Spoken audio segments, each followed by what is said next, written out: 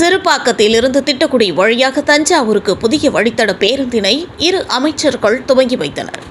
கடலூர் மாவட்டம் திட்டக்குடி சட்டமன்ற தொகுதி வேப்பூர் அடுத்த சிறுபாக்கத்திலிருந்து மங்களூர், மாப்பொடையூர், ஆவட்டி, திட்டக்குடி, அரியலூர், கீழப்பழூர், தஞ்சாவூர் வரை புதிய அரசு பேருந்து வழித்தடத்தை மாண்புமிகு போக்குவரத்து துறை அமைச்சர் எஸ். சிவசங்கர் மற்றும் மாண்புமிகு தொழிலாளர் நலன் மற்றும் திறன் மேம்பாட்டுத்துறை அமைச்சர் சி. கணேசன் ஆகியோர் கொடியசைத்து துவங்கி வைத்தனர்.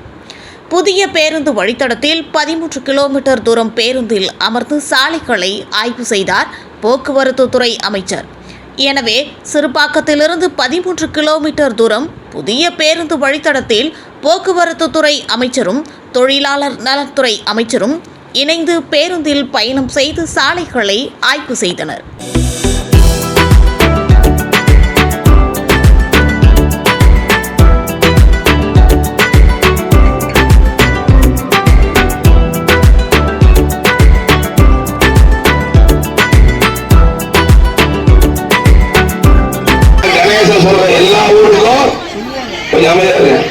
எல்லா ஊருக்கும் இந்த பஸ் எக்ஸ்டெண்ட் பண்ணல வாய்மொழி உத்தரவு போட்ட அண்ணனுக்கு நன்றியை தெரிவித்துக் கொள்கிறேன்.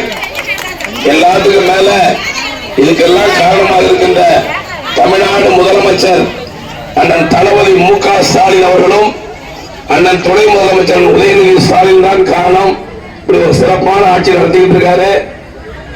எல்லாருக்கும் உங்களுக்கு நிறைய திட்டம் தெரியும்.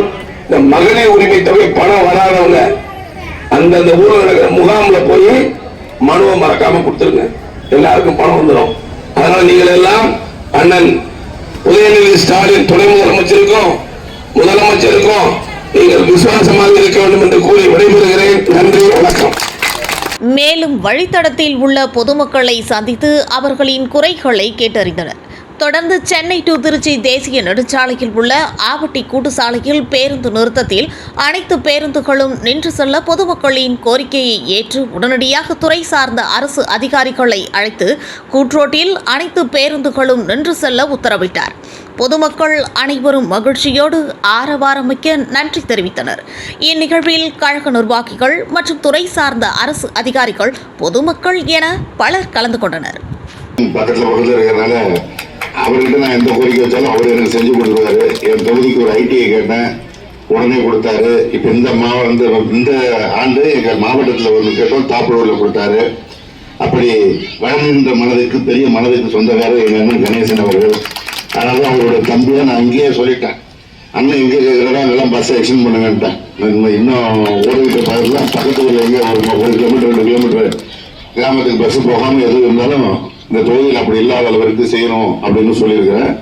இன்றைக்கு இந்த பேருந்து இங்கே சிறுபாக்கத்தில் ஆரம்பித்து திட்டக்குடி தொகுதியை விட்டு அங்கே வந்து எங்கள் ஊர் வழியாக அரியலூர் வழியாக தஞ்சாவூருக்கு போகுது.